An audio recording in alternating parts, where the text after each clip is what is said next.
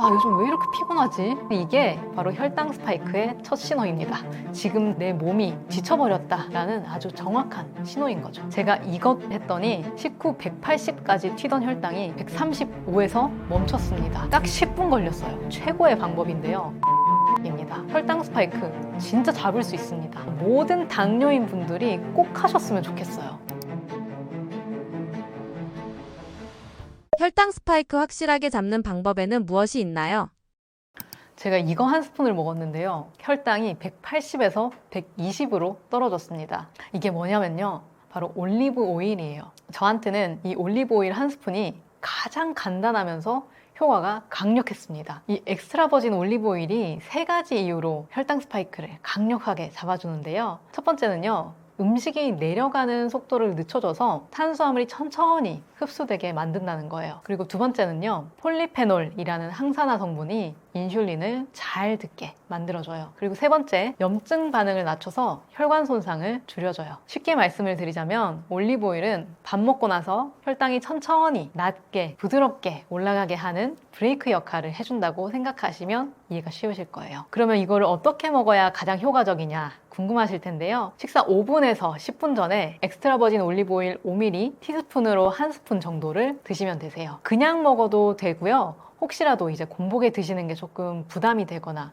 이거 좀 그런데 라는 생각이 드신다면 샐러드에 이제 같이 섞어서 드시거나 계란 한 개랑 같이 드셔도 좋아요. 사람마다 다 다른데 혈당 스파이크가 10에서 20% 정도 줄어든다는 실제 실험 결과들이 많습니다. 그리고 혈당 오르는 속도까지 완만해지고 밥 먹고 나면 혈당이 160에서 180까지 튀던 분들이 식전에 이거를 마셨는데 120에서 멈추더라 라고 얘기하는 경우도 꽤 많습니다. 이렇게 효과를 봤다는 사람이 너무 많아서 저도 궁금해서 직접 실천을 해봤는데요. 이게 가장 달라진 게 저는 혈당보다는 식습관이 많이 교정이 됐다라는 거예요. 특히 오후에 군것질이 확실히 줄었다는 건데요. 왜 그럴까 제가 곰곰이 생각을 해보니까 밥 먹고 나서 단 거를 먹어야겠다라는 느낌이 많이 사라졌고 아침에 공복 혈당도 10 정도 낮아지니까 사실 기분이 좋아진 것도 있습니다. 그리고 무엇보다 레몬즙이랑 같이 먹으니까 이게 너무 맛있더라고요. 그래서 이거를 제일 처음에 먹고 나서 너무 맛있다라는 거를 알고는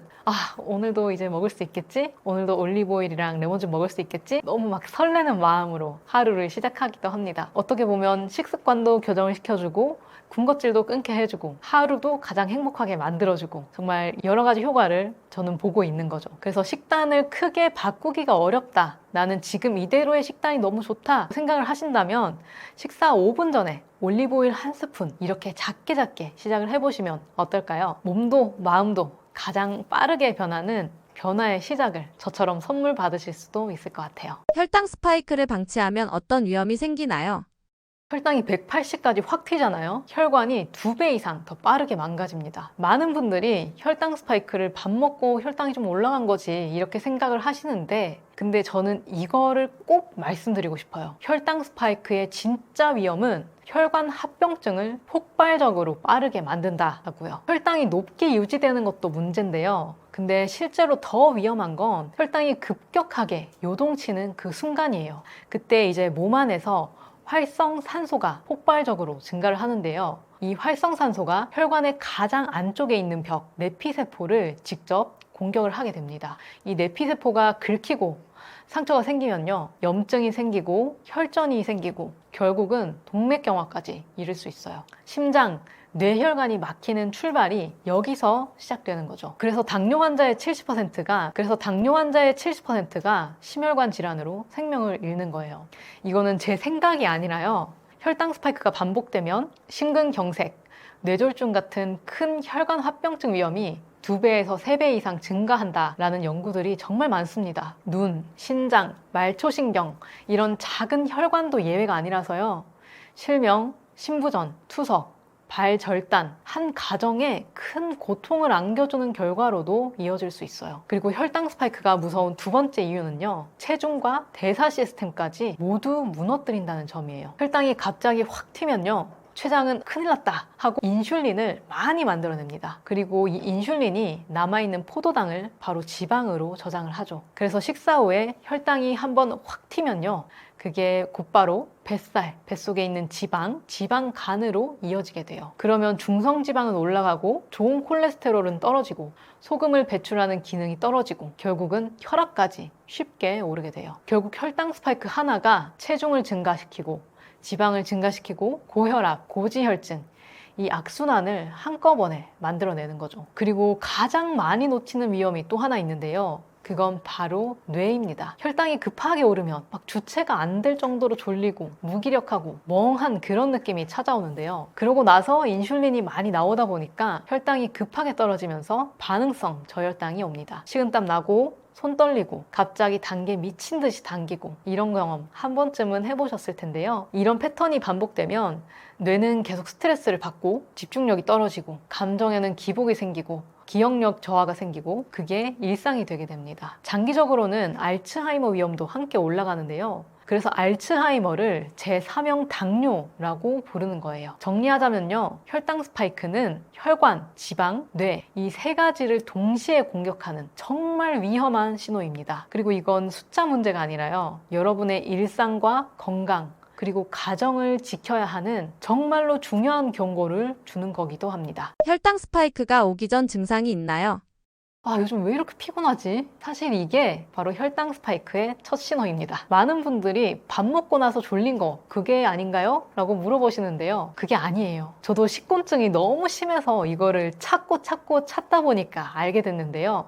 아, 피곤해서 그렇겠지. 요즘 컨디션이 안 좋아서 그렇겠지. 이렇게 넘겼던 피로, 식곤증, 폭발적인 허기, 이게 전부 다 몸에서 혈당 조절을 힘들어하고 있다라는 그런 초기의 경고였습니다. 혈당 스파이크 신호는 크게 두 가지 흐름으로 보시면 되는데요. 하나는 몸이 이미 취약해졌다라는 만성 신호, 다른 하나는 밥 먹고 나서 바로 나타나는 즉각적인 신호예요. 첫 번째, 이미 혈당 조절 능력이 약해졌다라는 만성적 신호입니다. 이거는 사실 하루아침에 나타나는 건 아니에요. 몸이 오래도록 버티다가 야, 이거 정말 한계다, 야, 이거 한계야 라고 보내는 게 SOS 신호예요. 가장 대표적인 게 흑색 가시세포증이라고 해서 목, 겨드랑이, 사타구니가 까맣게 착색되고 두꺼워지는 현상인데요. 이거는 거의 100% 인슐린 저항성이 생겼다는 사인입니다. 그리고 이런 증상들은 사실 다 같은 뿌리를 가지고 있어요. 이유 없이 계속 피곤하다, 오후만 되면 에너지가 바닥난다, 먹어도 금방 배고프다, 뱃살이 쉽게 는다,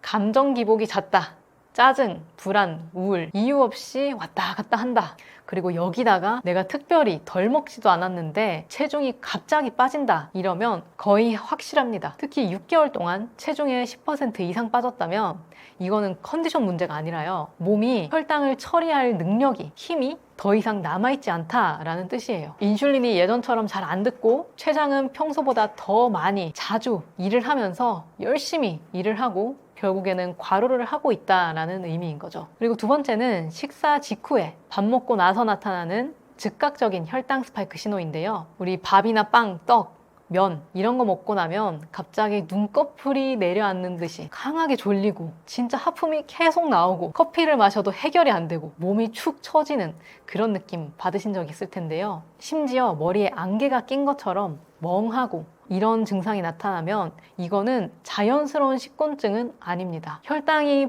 폭발했다, 이런 신호라고 생각을 하셔야 돼요. 사실 제가 이 증상을 여러 번 경험을 했었는데요. 이때가 되면 뭔가를 먹어도 배가 계속 고프고 헛헛하고 막 단 것만 계속 찾게 되는 거예요.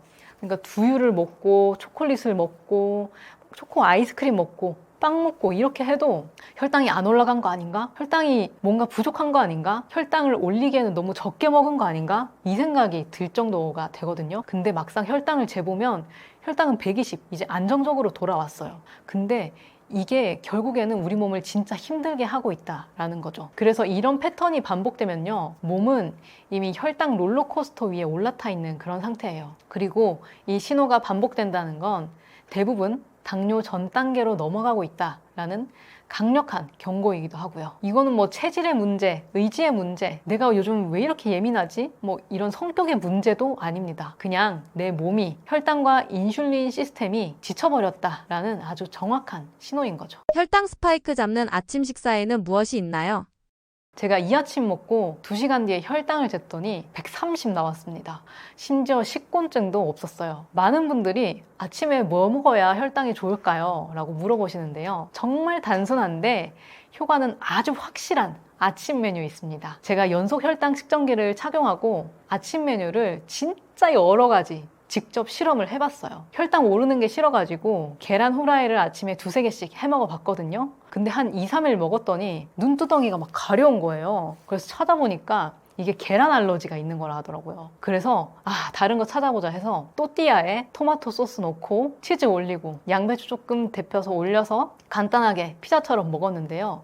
이거는 너무 맛있는데 한 달 정도 먹으니까 물리더라고요. 그래서 그 다음에 제가 찾은 게 뭐였냐면 단백질과 지방이었어요. 그래서 대패 삼겹살에 김치를 조금 구워서 같이 먹어보기도 했는데요.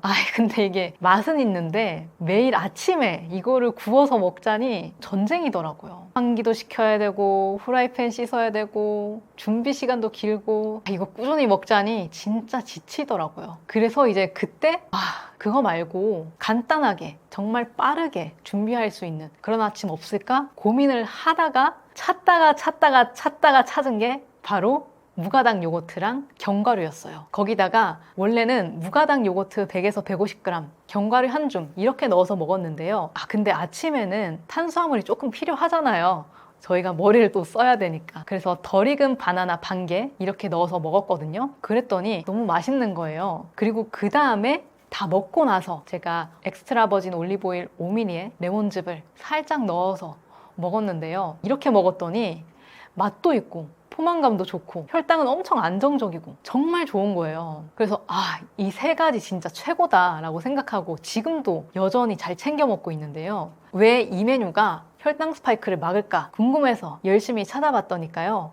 우선 첫 번째로 요거트에는 단백질, 유산균, 그리고 흡수가 느린 유당이 들어있잖아요. 그래서 탄수화물이 위에서 천천히 내려가도록 만들어주고요. 혈당이 급하게 튀지 않고 부드럽게 올라가게 해줘서 좋다고 해요. 그리고 견과류도 지방이랑 식이섬유 들어있으니까 탄수화물이 흡수되는 속도를 한 번 더 잡아줘서 좋다고 하고요. 덜 익은 바나나, 그러니까 초록빛깔이 살짝 남아있는 바나나는 저항성 성분이 많아서 흡수가 천천히 되고 배부른 느낌도 오래 간다고 합니다. 반대로 갈색 반점이 생긴 바나나는 당도가 높아서 혈당을 꽤 올릴 수 있기 때문에 피하시는 게 좋아요. 바나나를 보통 사실 때 한 송이 크게 사시는 분들 계시는데요. 그럴 때 제가 꿀팁 하나 알려드리자면 얘를 옷걸이에 걸어서 바나나를 보관한다고 해도 굉장히 빨리 익어요. 제 경험상. 그래서 저 같은 경우는 많이 사서 초록빛깔 띌 때 그냥 껍질 벗겨다가 썰어다가 냉동실에 다 넣어놔요. 그리고 먹을 때 이제 어느 정도만 덜어서 먹게 하는 거죠. 그러면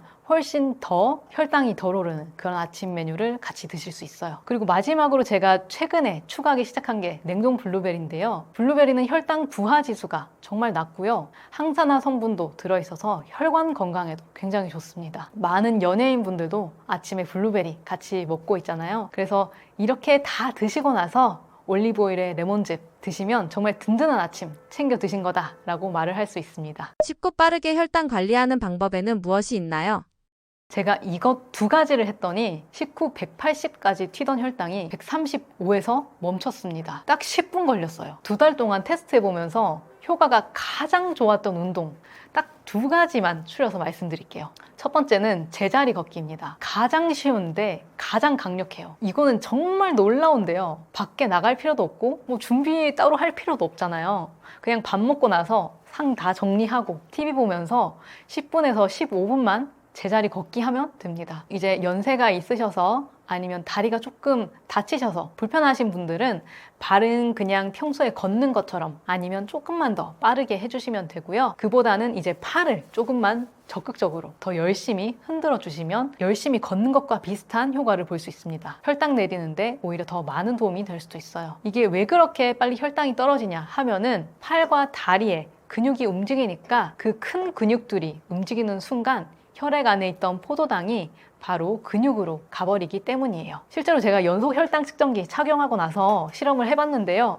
진짜 웬만하면 10분만 걷잖아요. 혈당 그래프 내려오기 시작하는 게 보입니다. 저도 너무 신기해서 이게 진짜 효과가 있네. 괜히 추천하는 게 아니네. 이런 생각이 들더라고요. 특히 혈당이 조금만 올라가도 식곤증이 오거나 식후에 졸음이 너무 많이 오거나 하시는 분들은 제자리 걷기 진짜 딱 10분만 해보세요. 거짓말처럼 졸린 게 사라집니다. 저는 제자리 걷기는 진짜 모든 당뇨인 분들이 꼭 하셨으면 좋겠어요. 그리고 두 번째는 실내 자전거입니다. 이거는 무릎이나 허리가 약하신 분들한테 최고의 방법인데요. 실내 자전거 선수들처럼 빠르게 탈 필요도 없어요. 그냥 대화가 가능한 속도, 지금 제가 말씀을 드리는 속도로 10분만 페달을 돌려도 혈당이 훨씬 완만하게 올라가요. 체중이 조금 많이 나가시거나 발목이나 무릎이 아파서 좀 걷기가 어렵다, 아니면 관절이 안 좋아서 조금 걷는 건 부담이 된다, 또 이제 퇴근하고 나서 집에 오면 아무것도 하기 싫다, 이런 분들 많으시죠? 그럴 때 이제 TV 보면서 앉아서 다리만 이렇게 굴려주시면 돼요. 강도도 세게 할 필요가 없고요. 그냥 1단계에서 2단계 정도로만 해서 다리 움직인다라고 생각하시면 됩니다. 저는 주말에 영화 한 편 틀어놓고 그냥 타다가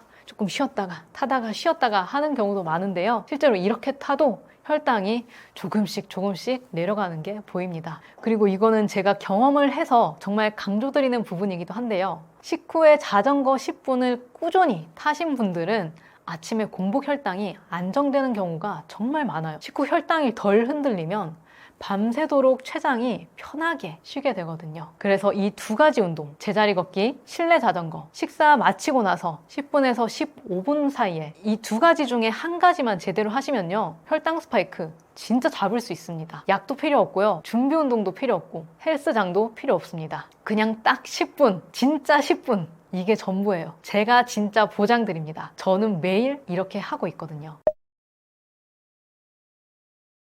저는 당뇨 23년 차인 엄마와 함께 실제로 어떻게 먹고 얼마나 먹고 그리고 무엇 때문에 혈당이 오르는지 고민하는 분들을 위한 콘텐츠를 만들고 있는 당뇨딸인데요. 저희 어머니께서 처음 당뇨를 진단받았을 때가 벌써 23년, 24년이 다 됐어요. 그때는 지금처럼 이렇게 유튜브도 없었고요. TV에서 당뇨 조심해야 된다 이런 얘기도 거의 없었어요. 그래서 병원에 가도 당뇨니까 밥 줄이세요, 운동 열심히 하세요, 이게 저희 엄마가 들을 수 있는 말의 전부였어요. 그래서 엄마는 의사 선생님 말만 듣고 밥은 거의 안 드셔서 저혈당이 와서 거의 쓰러질 뻔한 적도 많았고요.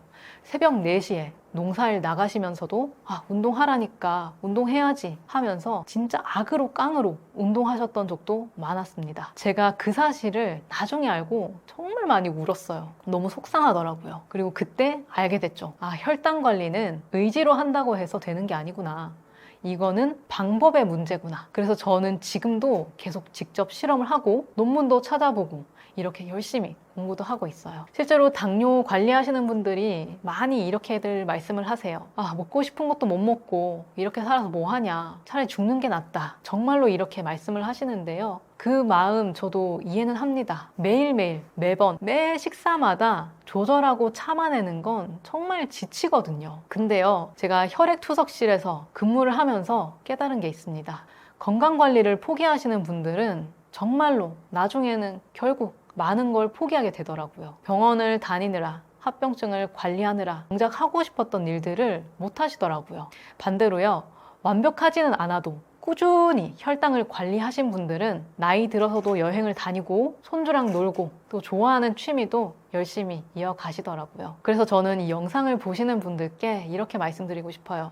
완벽하게 관리하지 않아도 괜찮아요. 오늘 내가 할 수 있는 만큼만 일단은 해보세요. 그게 결국 나를 위한 가장 큰 선물이 될 거고요. 여러분을 사랑하는 가족들이, 사람들이 가장 그걸 간절하게 바라고 있을 거예요. 저는 여러분들이 포기하지 않으실 거라고 믿어요. 힘들면 혼자만 고민하지 마세요. 혈당, 고지혈증, 고혈압, 이런 힘든 문제들 혼자 떠안지 않으셔도 됩니다. 당뇨 23년 차인 엄마가 조금이라도 더 건강해지길 바라는 마음을 담아서 영상을 올리고 당뇨에 좋은 제품들도 추천을 해드리고 실제로 어떤 게 더 좋은지 제 몸을 통해서 실제로 혈당 실험도 하고 있으니까요. 혹시라도 도움이 필요하거나 당뇨가 있는 분들과 다른 고지혈증, 고혈압 이런 질병이 있는 분들과 소통하고 힘을 얻고 싶다면 당뇨딸 채널로 한번 와주세요. 저랑 함께 다시 건강해지는 하루하루 만들어 가시면 될 것 같습니다. 앞으로도 더 좋은 내용으로 찾아뵙겠습니다. 영상 시청해주셔서 감사드려요.